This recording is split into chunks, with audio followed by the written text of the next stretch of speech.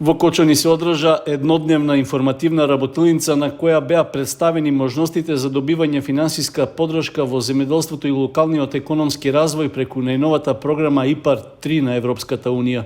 Пред присутните во малата сала на мултикултурниот центар, стручен консултант ги презентираше мерките за кофинансирање, при што беше истакнато дека акредитацијата на новата програма е направена пред неколку недели, а ќе има важност до 2027 година. Па може да аплицираат земјоделци, може да аплицираат преработувачи, може да аплицираат задруги, здруженија, исто како што беше досега, но никои малку подобрени услови. Може би ќе има можност да 50% од средствата да се исплаќаат однапред, односно од кофинансираната сума, но сепак тоа на крај ќе го знаеме по официјалните објавувања на јавните повици и документацијата издадена од агенцијата.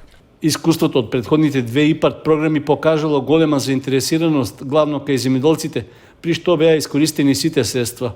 За најновата ИПАРТ-3 програма предвидено е од европските фондови за нашата земја да се обезбедат околу 250 милиони евра, односно околу 60% повеќе во споредба со ИПАРТ-2.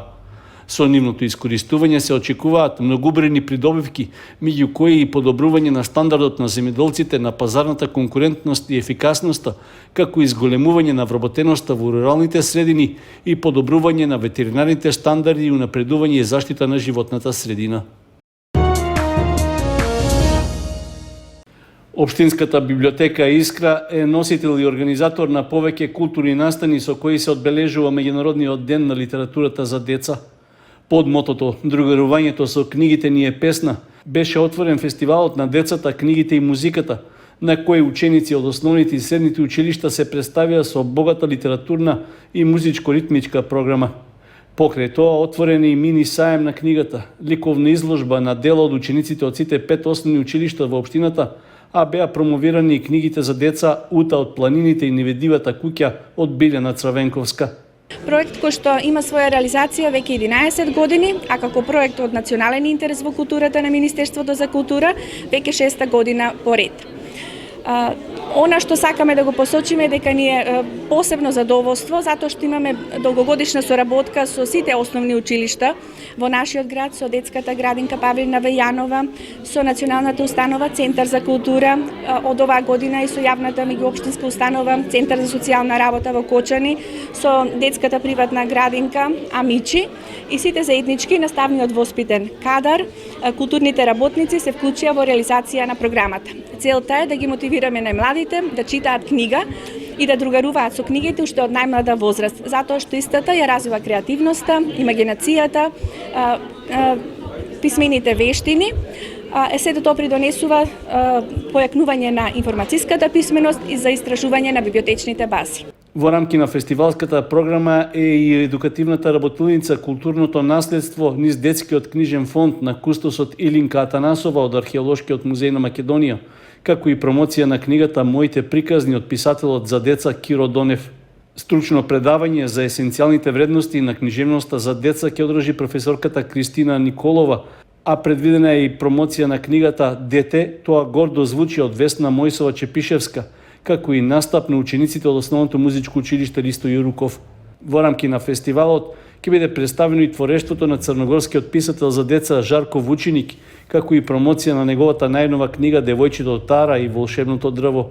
Корисниците од Дневниот центар за лица со интелектуална и телесна попреченост ќе се представат со своји ликовни творби на тема со книгата "Учам и патувам", а ќе биде отворена и изложба на дела од учениците од школата за цртање и сликање при Центарот за култура Бели Мугри.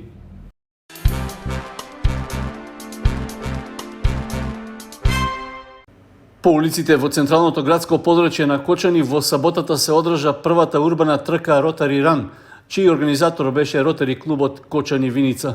Една од главните цели на овој надпревар е да се промовира здравиот начин на живење, зачувување на животната средина и избегнувањето користење моторни возила, колку што е можно за да им се даде поттик на младите дека може да се живее на здрав начин. Организаторите истакнаа дека интересот за учество на трката бил голем, а се пријавиле надпреварувачи од повеќе градови во државата. Имаме пријавено околу 230 учесници. ќе се натпреваруваат во две дисциплини, на 5 и на 10 километри, во машка женска категорија и ветерани над 45 години. Имаме откочени натпреварувачи, но имаме од цела Македонија, од Скопје, од Струмица, од буквално од сите градови, со тоа што и комплетната репрезентација тука и ќе се натпреварува. Секој учесник се добива медал за учество, а победниците во сите категории се добиваат плакети и победниците на 10 км во машка и во женска конкуренција добиваат 6000, 3000 и 2000 денари. На патеката од 5 километри првото место во женска конкуренција го освои Тамара Попов од Скопје, а во машка конкуренција најдобар беше Атанас Епов од Гевгелија. На патеката во должина од 10 километри во женска конкуренција најдобра беше Ана Шикоска од Скопје, додека кај мажите првото место му припадна на Жан Тошев од атлетскиот клуб од Струмица. Ќе кажам дека организацијата беше супер, како за прва трка одлично. Има стартни медали за сите, стартен број се тоа окей. И често трчам на овие трки. Така да кажам како хоби се занимавам со трчање и учествувам на улични трки. Така прво учество тука во Кочани. Прва победа во Кочани исто така и задоволен сум. Да ти трча трката? Па доста тешко беше искрено. Напорно беше, бидејќи беше малку повеќе од 5 километри, ама сепак супер излезе за крaj. За најдобрите поединци во двете конкуренции беа обезбедени награди и признанија. Собраните средства од котизацијата ќе бидат донирани за хуманитарни цели. Според најавите од организаторот, се планира урбаната трка Ротари Ран да стане традиционална и меѓународна и да се организира секоја година во почетокот на пролетта. Со поставување камен темелник во местноста Драчевик, во Кочани почна изградбата на нов црковен параклис. Верскиот објект е посветен на Свети Теодор Тирон и се наоѓа во кругот на црквата Свето Благовештение, чија изградба трае повеќе од една деценија. На чинот на осветувањето на темелите на духовниот објект присуствуваше митрополитот Брегалнички Иларион. Тој во сослужение со свештеници од Кочанската парохија чиноначалствуваше со светата богослужба, а на присутните граѓани им посака многу здрави и духовен мир, со желба параклисот што побрзо да биде изграден. Ставивме камен темелник за крстилница посветена на Свети Теодор, која што воедно ќе се користи за зимска црква. Исто така актитори на оваа крстилница или на овој прекрасен мал храм кој што ќе биде се починатите братот и сестрата Ленче и Теодор Лазарови од Кочани, кои што оставија аманет, оставија средства да се изгради храм посветен на Светиот Теодор за спасение на нивните души, за спасение на нивните починати, а воедно и за благослов на нивните роднини, блиски и пријатели и сограѓани кои што се жители и живеат во овој град. На нив им посакуваме блажен и мирен спокој во Царството Небесно заедно со Светиот Теодор Тирон. И еве денеска тоа нивно богоугодно дело го исполнуваме, го остваруваме. Храмот ќе почне да се гради набрзо и се надеваме дека во најскоро иднина и ќе го осветиме. Но исто така замолувам и повикувам најнапред општината Кочани, бидејќи има од двете страни улици и мислам дека тоа е нивна должност да го направат да ги направат подпорните ѕидови за да може дворот да се уреди, а исто така и храмот кој што е веќе при крај посветен на Светото Благовештение, да го привршиме и него да го осветиме и така да овој дел од градот покрај сите потребни работи да го добие и велерепниот храм. Параклисот посветен на Свети Теодор Тирон ќе биде на површина од околу 80 метри квадратни, а во негов состав ќе се изгради и камбанарија. Заедно со храмот Свето Благовештение тој треба да прерасне во духовно средиште за жителите од населбите во западниот дел на Кочани, каде живеат неколку илјади жители.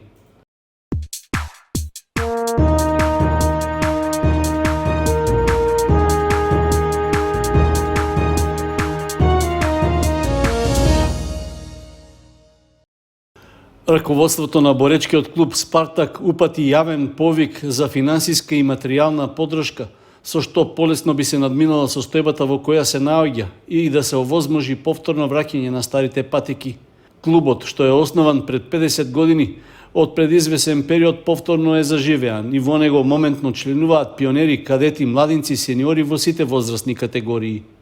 Заради продолжување на традицијата во Кочани, афирмација и омасовување на борењето, како и постигнување врвни спортски резултати, неопходна е подршка на спортот и спортската култура.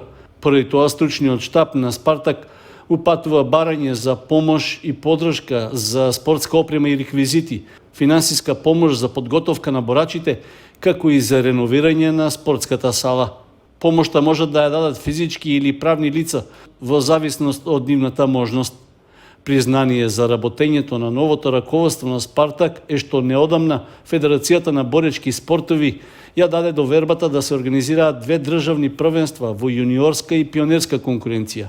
А освен тоа, македонската репрезентација своите подготовки за настапот на Европското првенство ги спроведе токму во Кочани.